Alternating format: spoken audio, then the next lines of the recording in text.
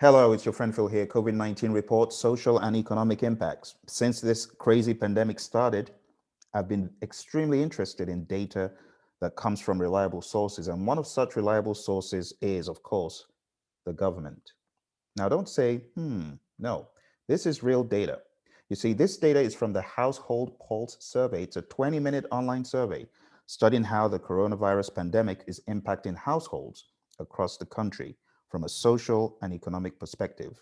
The survey asks questions about education, employment, food, security, health, housing, social security, benefits, all sorts of very interesting things. Now, I would like you to journey with me as we review the statistics from the most recent survey. Let's take a look. This is from the United States. And you can see on the screen here, as we take a look, question by question, what the impact of this coronavirus pandemic has been on households. So let's take a look at the first question, expected loss in employment income. This is a percentage of adults who expect someone in their household to have a loss in employment income in the next 4 weeks. Now, if you zero into that report, you can see Nevada is the heaviest hit, followed by California, and then Hawaii, Texas, Oregon. You can drill down into this visually, or you can just click on the bar graph and take a look at more information. I'm particularly interested in the state I'm in, Arizona. So roughly 23.9% of people expect a loss in income. This is quite a sad number. That's a huge chunk of our population there. Let's take a look at the next question here. Telework. Percentage of adults living in households where at least one adult has substituted some or all of their typical in-person work for telework because of the pandemic. Right there, you can see DC has been the hardest hit. And what a huge number, 63.8% of people are involved in some type of telework as a result of the pandemic, followed by Maryland, 51.4%. That's a huge number. Just think about many of these factors and how they will impact people's wallets for travel, company wallets for travel, but also think about how it affects those companies in terms of revenue. And those are some of the stats we'll be bringing to you week by week. Massachusetts, as you can see there, is third, but I'm keen on knowing the state I'm in, and there we have 38.8%. So there's still quite a number of people on the freeway, and those numbers are reflected on this. Not everyone's teleworking, but as you can see in DC, over half of the population are involved in some sort of telework in those households. Let's take a look at food scarcity. We can see Kentucky is the hardest hit, and this is the percentage of adults in households where there was either sometimes or often not enough to eat. How sad. And we can see this is about 16.9%. That is a high number, huge number. Let's take a look at other states. Let's take a look at the state that is the least hit. That's what I'm keen on knowing here. And that state, Wyoming. And that's the least hit. And there we've got just 5.8% of households. Still significant, but not as much as other states. And of course, DC, not very high on the list. And going back to the list, Louisiana, Georgia, Alabama, Alaska. And you can see those numbers there. Housing insecurity. Percentage of adults who are not current on rent or mortgage payments, or who have slight or no confidence that their household can pay next month's rent or mortgage on time. Now, these are very, very sad statistics. Alabama's hit hard, 12.4%. Mississippi, 12.1%. New York, 11.4%. Let's take a look at those states where they're doing quite well. Montana, Utah, Nebraska, not very many, just in the 3 and 4% there. Let's take a look at Arizona, 6.7%.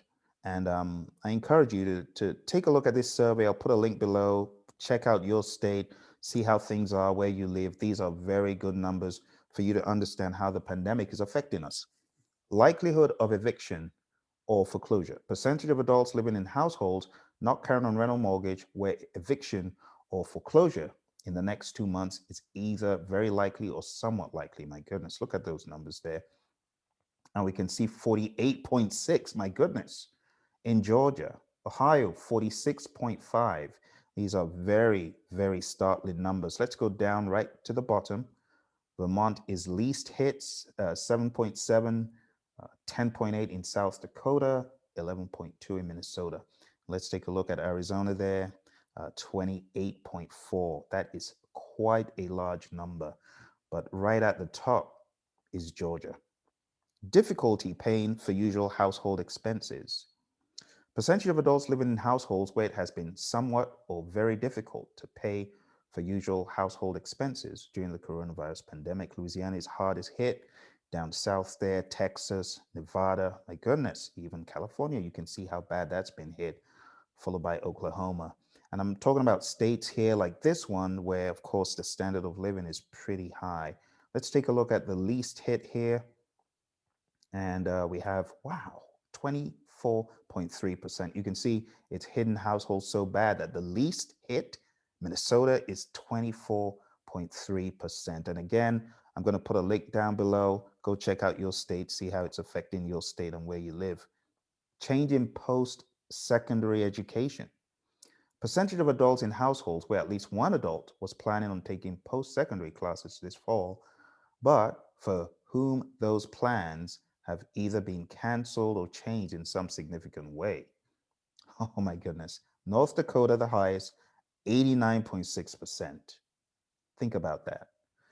Oregon, 85.1%. I mean, this part of life has been hit the hardest so far in what we're taking a look at. Almost every one of those households has been affected in some way. And down there at the bottom, we can see South Dakota, 62. That's over half.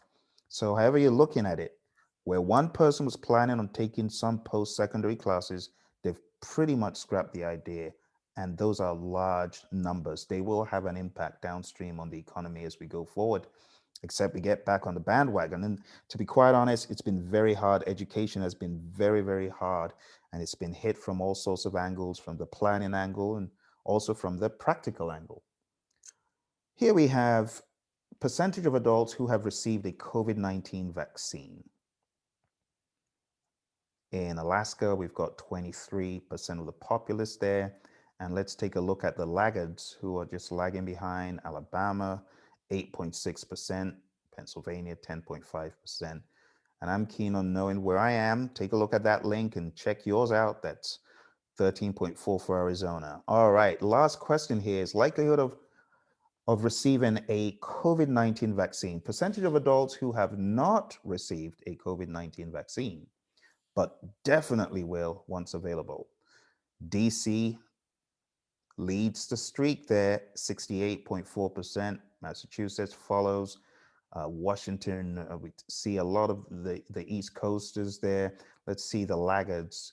And there we can see Mississippi is the lowest on the list. No inclination whatsoever. My goodness, those folks need to get with the program or think again. It's a very subjective thing. And some folks just don't have a good mindset regarding this. There's been all sorts of conspiracy theories, and honestly, I can't blame people for thinking because this is a crazy pandemic, crazy to the core. Well, my friends, those are the stats for this week. I encourage you to take a look at the Household Pulse Survey interactive tool, going down to the Census website, the Census Bureau, and take a look at those stats. They'll come out every other week. You can also download copious amounts of data and get this information for yourself. Thanks for joining me. I'll speak to you again very soon. Bye for now.